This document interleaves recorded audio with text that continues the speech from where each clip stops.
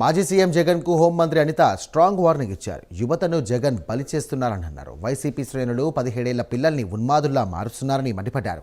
YCP నేతల వల్ల 18 ఏళ్ల లోపు పిల్లలు కూడా రోడ్లపైకి వచ్చి దారుణంగా ప్రవర్తిస్తున్నారన్నారు. పిల్లలు నరుకుదాం చంపుదాం అనడానికి కారణం ఎవరని ఆమె ప్రశ్నించారు. ఇక నేరాలను ప్రోత్సహించడం జగన్కు అలవాటని, వాటిని ఎలా అరికట్టాలో సిబిఎన్కు తెలుసన్నారు ఆమె. కత్తులు పట్టి ఉన్మాదం చేయాలని చూసే వాళ్ళను రోడ్డు మీదకి తీసుకొస్తామన్నారు. రాజకీయ ముసుగులో రాజకీయాన్ని అడ్డం పెట్టుకొని రౌడీయిజం చేయిస్తూ ఈరోజు ప్రజలను భయభ్రాంతులకు గురిచేసి రాష్ట్ర అభివృద్ధికి ఆటంకం కలిగించడానికి ఒక కుట్ర పన్నే విధంగా ఈరోజు మనం కనిపిస్తుంది. 18 సంవత్సరాలు లోపున్న పిల్లలు కూడా రోడ్ల మీదకి వచ్చి పెద్ద పెద్ద కత్తులు పట్టుకొని తలలు నరికి కేసుల్లో కూడా ఇరుక్కున్న పరిస్థితి ఈరోజు కనిపించింది. అంటే నేనేమంటానంటే, ఇంతకు ముందు నువ్వు అధికారంలో ఉండేటప్పుడు గాంజాను తీసుకొచ్చి యువత భవిష్యత్తుని విపరీతంగా నాశనం చేసి వాళ్ళని ఒక సైకోల్ కింద ఉన్మాదుల కింద కొంతమందిని తయారు చేసిన పరిస్థితి.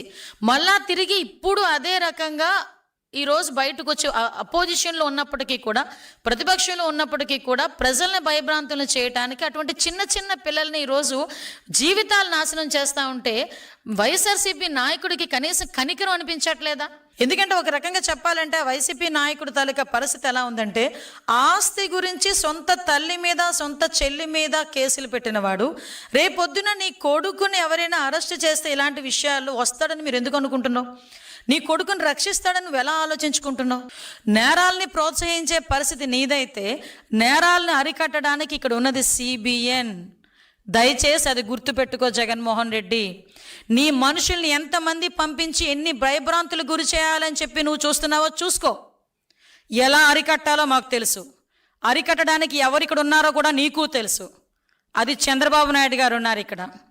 ఇష్టానుసారంగా రోడ్ల మీదకి వస్తాం, కత్తులు పట్టుకొని తిరుగుతాం, కొడవళ్ళు పట్టుకొని తిరుగుతాం, రప్పా నరుగుతామని చెప్పి రెచ్చిపోయి రోడ్డు మీదకి వచ్చి ఉన్మాదం చేయడానికి గనక ప్రయత్నం చేసిన, ఆ ఆలోచన వచ్చినా ఒక్కసారి గుర్తుపెట్టుకో, ఎవరిని వదిలిపెట్టేది లేదు.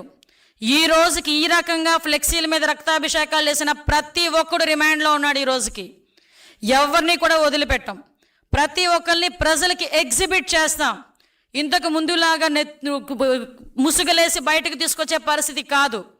ఈరోజు ఒక పోక్సోలో చిన్నపిల్ల మీద రేప్ అటెంప్ట్ చేసిన రోడ్డు మీద నడిపించే తీసుకెళ్తాం. నువ్వు కత్తి పట్టుకొని ఉన్మాదం చేయడానికి ప్రయత్నం చేసిన వాడిని కూడా రోడ్డు మీదకి తీసుకెళ్లి రోడ్డు మీద ప్రతి ఒక్కడికి ఇలాంటోడు, వీడు రౌడీయిజం చేస్తున్నాడు, ఇలాంటి వాడి వల్ల సమాజానికి ముప్పు అని చెప్పి ప్రజలకు చూపించడానికైనా రోడ్డు మీద నడిపించి తీసుకెళ్తాం.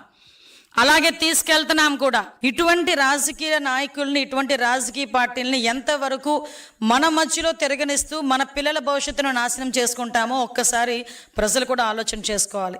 మళ్ళీ చెప్తున్నా, ఇలాంటి రాజకీయ నాయకులు వెనకాతల మన బిడ్డల్ని పంపించేటప్పుడు ఆ బిడ్డల తాలూకా భవిష్యత్తుకి భరోసా ఉండే నాయకుడు వెనకాతల పంపించాలి తప్పించి ఇలా కత్తులు పట్టుకుని తిరిగే నాయకులు వెనకాతల పంపిస్తే నీ బిడ్డ భవిష్యత్తు నాశనం అవుతుంది.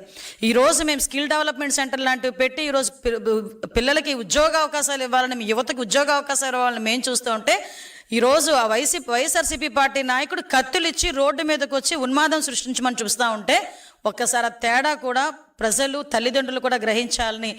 పొట్టేలు నరికినట్టే రప్పా నరుగుతామంటే తప్పేంటి అని ఆ నాయకుడే అలా మాట్లాడుతూ ఉంటే ఆ కిందన ఆ పార్టీలో ఉన్న కొంతమంది అలాంటి చేయడంలో ఒకసారి అర్థం చేసుకోవాలి మనం కూడా. ఈరోజు పిల్లల భవిష్యత్తు అండి, చిన్న పిల్లల భవిష్యత్తు నిజంగా చాలా బాధ అనిపిస్తుంది. ఇంటర్మీడియట్ చదువుకొని డిగ్రీలు చదువుకున్న వాళ్ళు ఈరోజు జైలు పాలయ్యారండి. వాళ్ళ తల్లిదండ్రులకు ఎవరు సమాధానం చెప్తారు? వాళ్ళ తల్లిదండ్రులకు తెలుసా ఇలా రోడ్ల మీద కత్తులు పట్టుకొని వెళ్తున్నట్టు? కానీ సరే, మనం చేస్తున్న పని ఇది తప్పు అని చెప్పుకోలేని నాయకుడా నేను అడుగుతున్నా.